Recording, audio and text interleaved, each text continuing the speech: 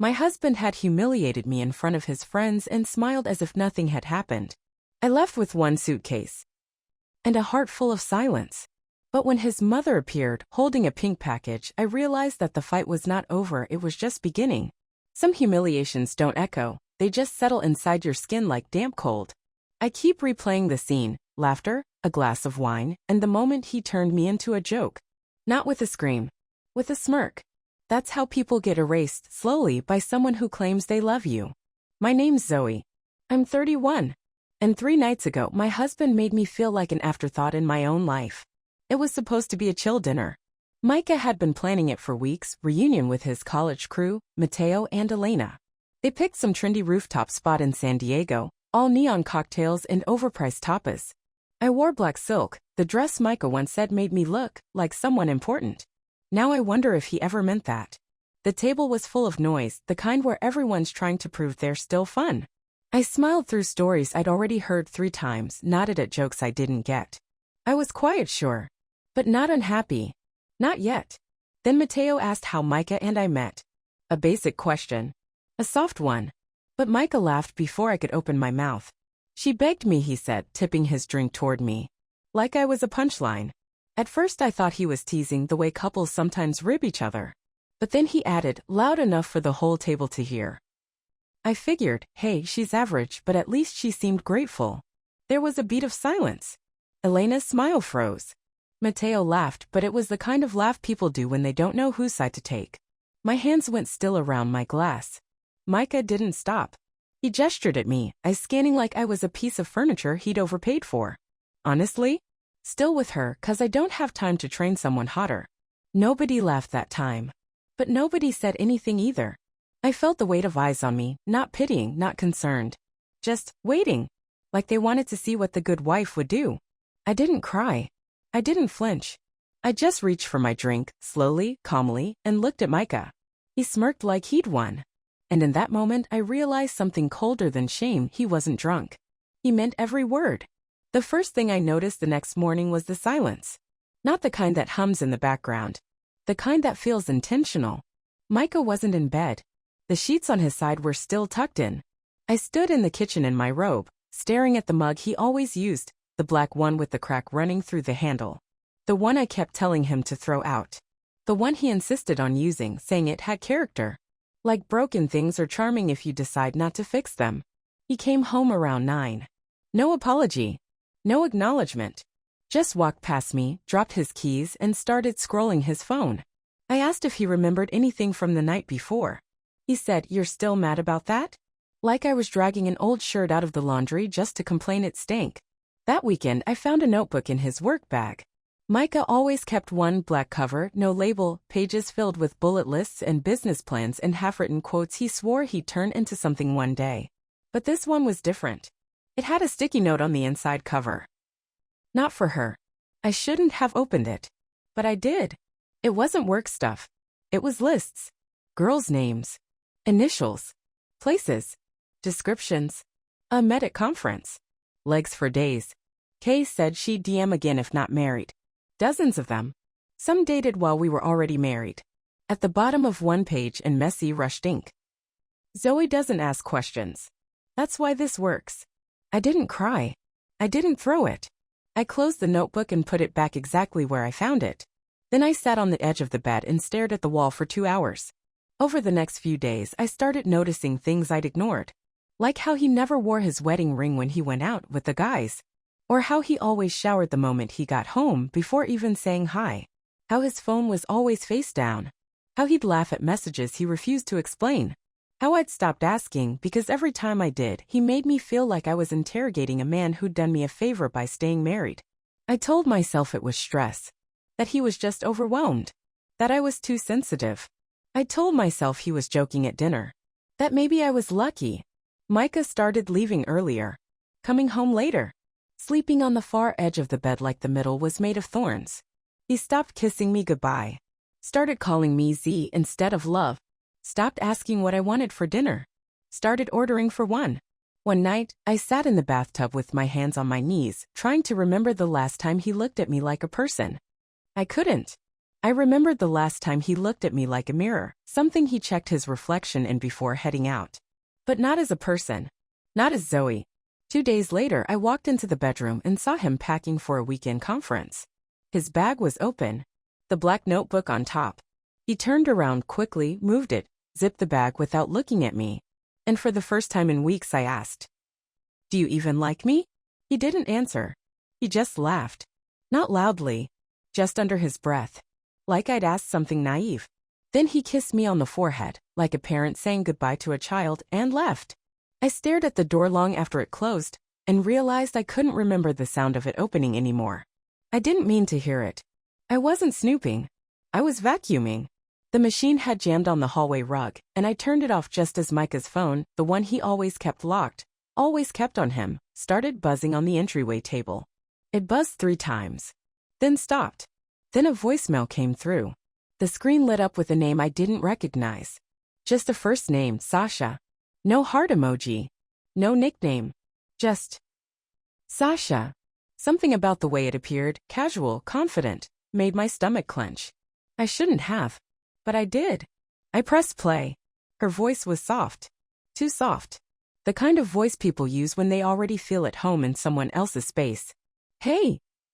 I know you said not to call while you're home, but I miss you. And last weekend that wasn't nothing. I know you said she's not going anywhere, but maybe that should change." Silence. Then, "Anyway, just call me back when she's asleep or whatever. You know I hate playing the side." Beep. I stood there for a full minute. Not breathing. Not blinking. Just letting the words settle into the cracks, the ones I'd been pretending weren't there. There it was. Not a maybe. Not a suspicion. Proof. He had someone else. And not just someone else. Someone who thought they were winning. I didn't scream. I didn't throw the phone. I placed it back on the table.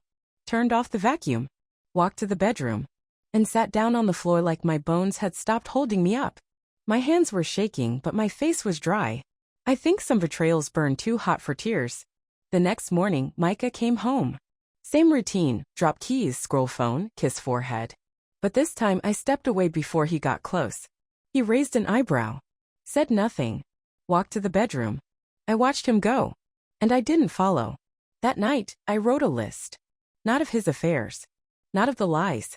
A list of things I'd forgotten about myself. Books I used to love. Songs I used to play. Cities I wanted to visit. I filled 2 pages before realizing I'd written my name in the margin 5 times. Like I was trying to remember how it looked. I didn't confront him. Not yet. Not because I was afraid, but because I wanted him to think I still believed the act. That was the part that stung the most, not the betrayal itself, but how casually he assumed I wouldn't notice. Like I was too dumb. Too soft. Too trained to look away. I made tea that night in silence. He walked in, kissed the top of my head, and scrolled through his phone right in front of me. I could see her name.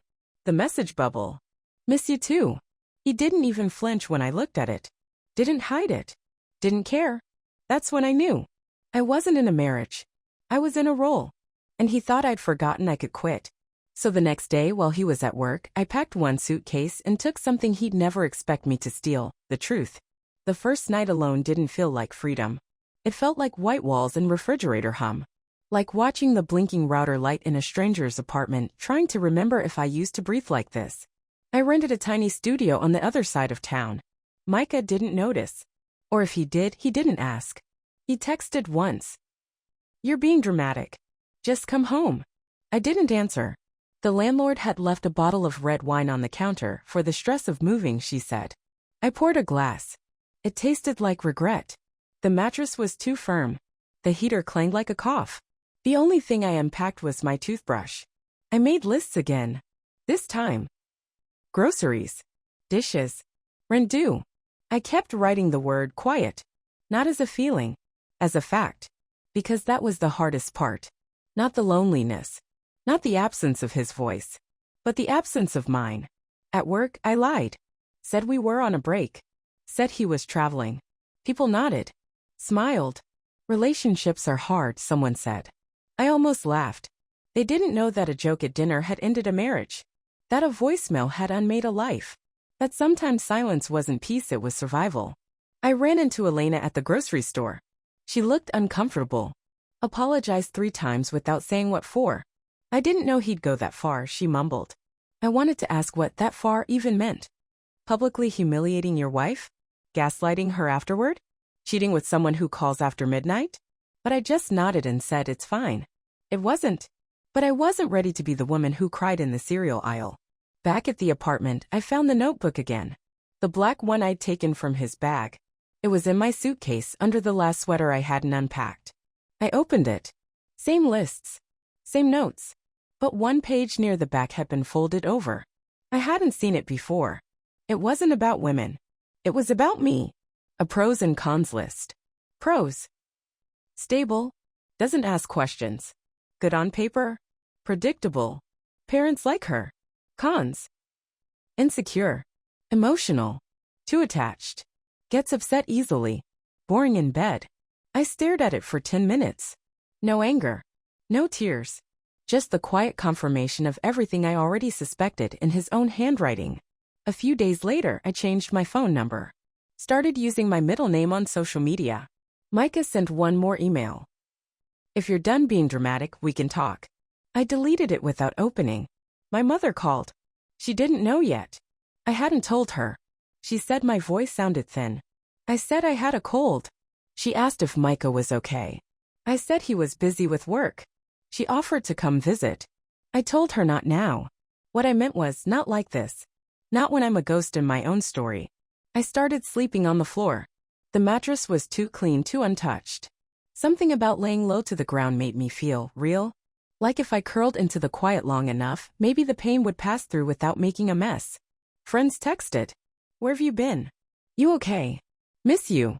I left most unread. The few I opened, I replied with a single word. Fine. They accepted it. Because most people don't want the truth, they just want confirmation you're still playing along. Every morning, I drank my coffee on the fire escape.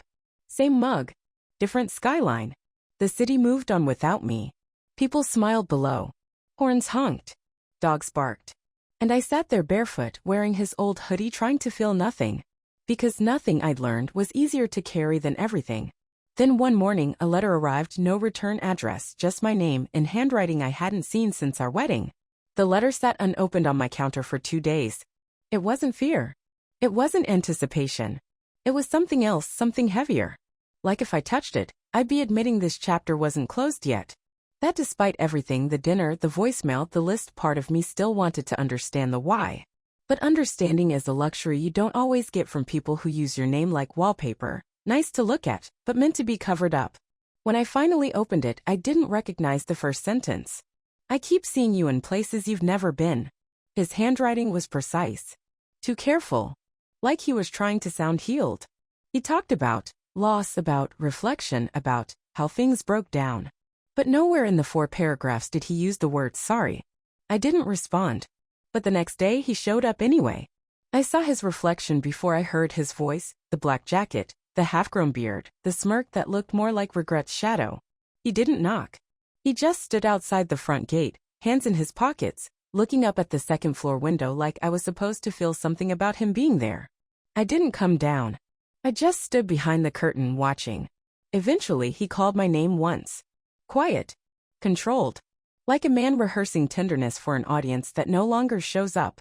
I opened the door 20 minutes later when I was sure he'd left. But he hadn't. He was sitting on the top step, staring at the scuff marks on his shoes. No flowers. No gifts. Just silence wrapped in audacity. I didn't say hello. I didn't invite him in. I just leaned against the frame and waited. He finally spoke. You really just left. As if that wasn't the only choice left to me. I said nothing. He stood up slowly like we were in a film and the next line was supposed to fix everything. Then he reached into his coat pocket and pulled out the black notebook. My heart stalled. He held it like a peace offering. You took this. I nodded. Read it. Another nod.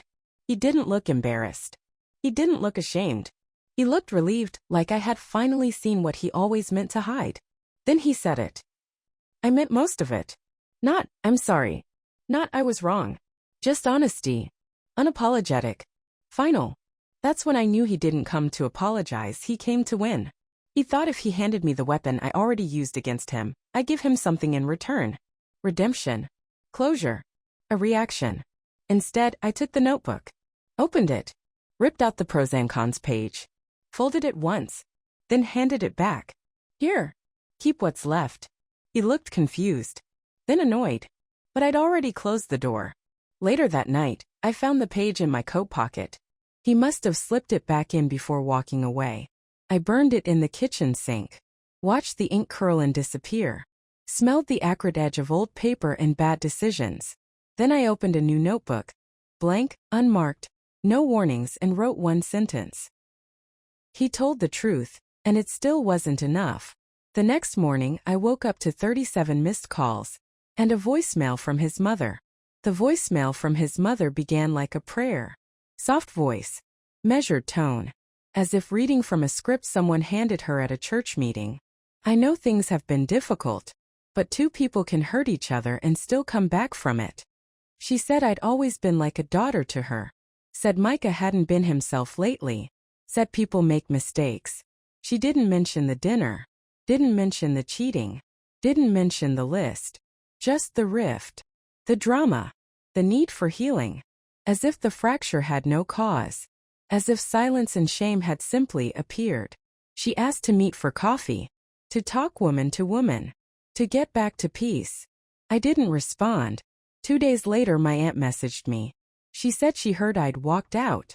She said women in our family don't just leave. She said it with love, of course, the kind that chokes. Then came the text from mutual friends. I'm staying out of it, but I hope you're okay. I saw what he posted. Wild. Do you want to talk? Just know people are praying for you guys. The passive empathy. The kind that doesn't take sides but still leaves you out in the cold. One text just said, "So, did he really say that stuff?" Like truth was a rumor. Like I was on trial. Micah meanwhile leaned into performance. He started posting vague quotes. Sad songs. Photos from our wedding, captioned with lines like, "Some people forget what forever means." He made himself look like a man quietly grieving. But I knew that silence, I'd lived inside it. One night, I got a DM from a girl I didn't know. She said she used to work with Micah. Said he flirted constantly. Said she never thought I'd leave him. You always seemed so loyal. That word clung to me like smoke. Loyal. Loyalty is beautiful. Until you realize what you've been loyal to. A version of a man. A filtered kind of love. A lie you learn to dress up in hope.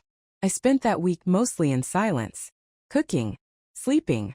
Folding laundry like it mattered. People kept asking how I was. I kept saying fine. It was easier than explaining the hollow. My mother called. Said Micah had reached out to her. That he'd sent flowers to the house. That he wanted to make amends. I asked if she still had the card. She said yes. I asked what it said. She hesitated. Then read. Tell her I'm sorry she misunderstood everything. I almost laughed. Almost. One morning I opened my front door and found a small box. No note. Inside was the cracked black mug. The one from our old kitchen. The one he always said had character. He cleaned it. Wrapped it in tissue. Delivered it like a peace treaty. But all I saw was a symbol. A broken thing returned to me. As if I were the one who had dropped it. That night I washed the mug. Dried it. Set it on the counter. Then I opened the trash can. And let it go. No rage. No tears. Just done. The next morning someone knocked at my door. And through the peephole I saw his mother holding something wrapped in pink. She stood there holding it like a newborn. Wrapped in pink paper. Bow on top. His mother. No makeup. No jewelry. Just her voice. Smooth as apology, sharp as control. I didn't open the door. I watched her through the peephole as she shifted from foot to foot. Eyes scanning the hallway. Fingers tightening around the gift. Then, almost as if rehearsed, she said it out loud. He's not doing well. I didn't respond. Not through the door. Not in a message. Because I wasn't supposed to feel responsible for that anymore. She left the package on the mat. I waited until her footsteps faded. Then brought it inside. There was no card this time. Just the pink wrapping paper and the slow dread of knowing it would be something sentimental. Something meant to make me forget the other versions of him, the cruel ones, the quiet ones, the ones that laughed at my pain. I unwrapped it carefully, slowly, like defusing a bomb. Inside was a photo frame, one of our engagement pictures. The one where I'm smiling at him and he's looking at the camera, not at me. The caption read, "Better together." I sat down, not crying, just hollow. There was a time I would have believed that line. Better together. Even if it meant swallowing shame. Even if it meant explaining his behavior to friends who looked uncomfortable but said nothing. Even if it meant decorating a life I wasn't really living. But now I knew that together meant shrinking, bending, earning my place at the table he kept pulling away. Now I knew better. I burned the photo, not in anger, in clarity. Watched the flame curl the edge of his smile. Watched my own eyes disappear in smoke. Let the ash fall like confetti no one clapped for. Then I threw the frame in the bin and opened every window. Let the cold come in. Let the old air leave. That night, I deleted the album on my phone. Photos from Bali. The anniversary dinner. The shot of us in matching sweaters that his mother had printed on a mug. I deleted the text threads. Even the one with the crying emoji he sent after our first fight, the one I'd saved for some reason I no longer understood. In the morning I made tea. Not coffee. I didn't use a mug. I used a glass. Clear. Plain. Because I wanted to see what I was drinking. A friend texted, "Are you okay?" I replied, "I'm learning," she said. That's enough. And for once I believed her. 3 weeks later, I found an apartment a few blocks from the park. It had crooked floors and too many light switches, but it was mine. The first thing I unpacked was a set of shelves. On the second one, I placed a candle I never lit. On the third, a plant I still wasn't sure how to keep alive. And on the top, a small wooden box. Inside, nothing. That was the point. A space for what I never wanted to carry again. Micah hasn't reached out since. Not directly. I hear things. Through friends. Through threads. Through silence. He's doing better. Or he's not the same. Or he's finding himself. None of it is my business. None of it is mine to carry. Sometimes I still flinch when I hear a laugh like his in a restaurant. Sometimes I catch myself reaching for my phone to tell him something funny I saw on the street. But mostly I don't think of him at all. And when I do, it's with the kind of distance usually reserved for strangers. Not ghosts. Strangers. I'm not healed. But I'm home. Not in a place. In a feeling. A quiet that doesn't ache. A silence I chose. They don't get access to the version of me I built from the ruins.